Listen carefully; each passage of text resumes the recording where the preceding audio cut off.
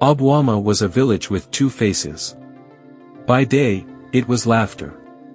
Sunlight on red earth. Children chasing grasshoppers at the forest edge. Women returning with firewood balanced on their heads. Hunters disappearing into the green shadows, songs on their lips. But by night, the forest watched. No one could explain how you knew, you just did. The trees stood too still. The wind moved like it was listening. Shadows stretched longer than they should.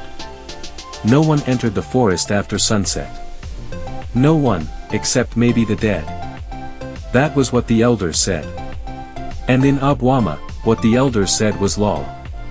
Amara did not like laws without reasons. She was 15 seasons old.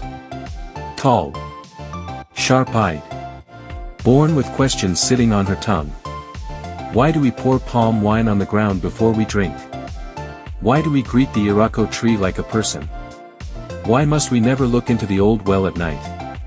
Her grandmother would sigh and answer the same way every time. Because that is our way. But our way was not enough for Amara. She did not want to just do. She wanted to understand. And nothing troubled her mind more than the night of the talking drums. Every 3 years, Obuama did not sleep. The entire village gathered in the square. Elders dressed in color attire. Chalk marks on their faces. Beads whispering at their ankles. And in the center, the Ọkala. The ancient drum. Older than memory. Older than stories. They said when the Ọkala spoke, the ancestors listened. But whenever Amara asked what the drum said, the answer was always the same. You are still a child. When you are old enough, you will know. Amara was tired of waiting to be old enough. The night finally came wrapped in the smell of wood smoke and palm oil. Moonlight spilled over the village like silver water. The elders entered the square in a slow line, led by Grand Chief Nady, Amara's grandfather. His face was stone. His eyes, deep rivers. The master drummer placed the Ọkala in the center. Silence fell. Not quiet. Silence. The heavy kind. Amara sat beside her grandmother, hands folded, eyes down. Outside, obedient. Inside, a storm. When the prayers began, she slipped away. Bare feet. No sound. She moved through shadows she had known since childhood, past the termite mound, the broken mortar, the festival stool. And she hid behind an old clay pot, close enough to hear. The drum sounded. Boom.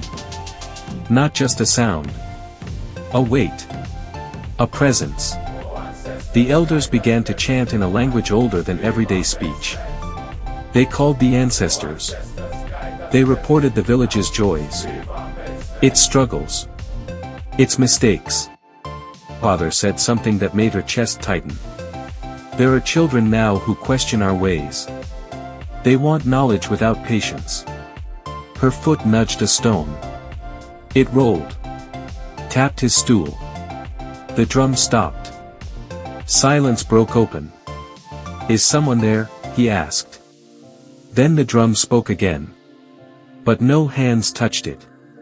Boom. A wind rose from nowhere. Shadows bent the wrong way. And a voice came, not from a mouth, but from the air itself. Many voices layered together. You call us, yet you hide from your own children. Every elder bowed. Amara's heart pounded. Come out, child, the voices said gently. And Amara stepped into the firelight. I only wanted to understand, she said. How will we respect what we don't understand? The night held its breath. Then the drum hummed low, like the earth itself agreeing. She speaks true.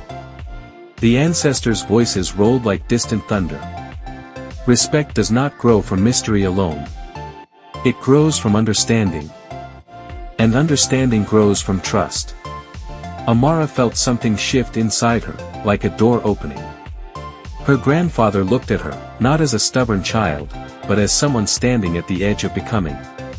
He sighed. Then he gestured to a stool near the drum. "Sit," he said. "Not as an elder. As a student."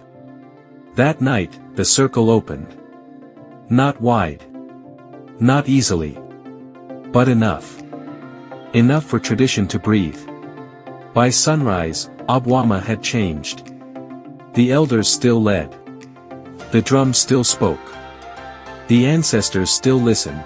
But now, when the talking drums returned every 3 years, there was a space at the edge of the circle. For the children who asked why.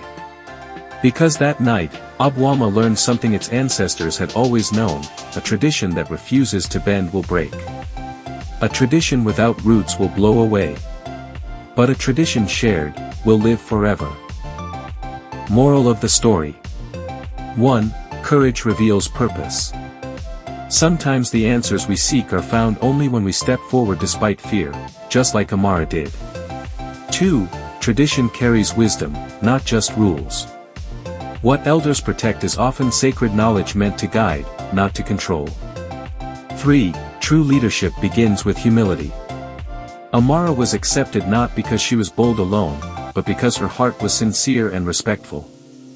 4. Listening is as powerful as speaking. Those who listen deeply, to people, wisdom, and truth, discover their true calling. 5. Destiny responds to bravery. When you choose courage over fear, the path meant for you begins to open. Some doors open only for the brave, and some voices speak only to those willing to listen. This is Nova Stories, where meaning begins. Do well to like and subscribe to this channel for more amazing Bible stories and African folktales.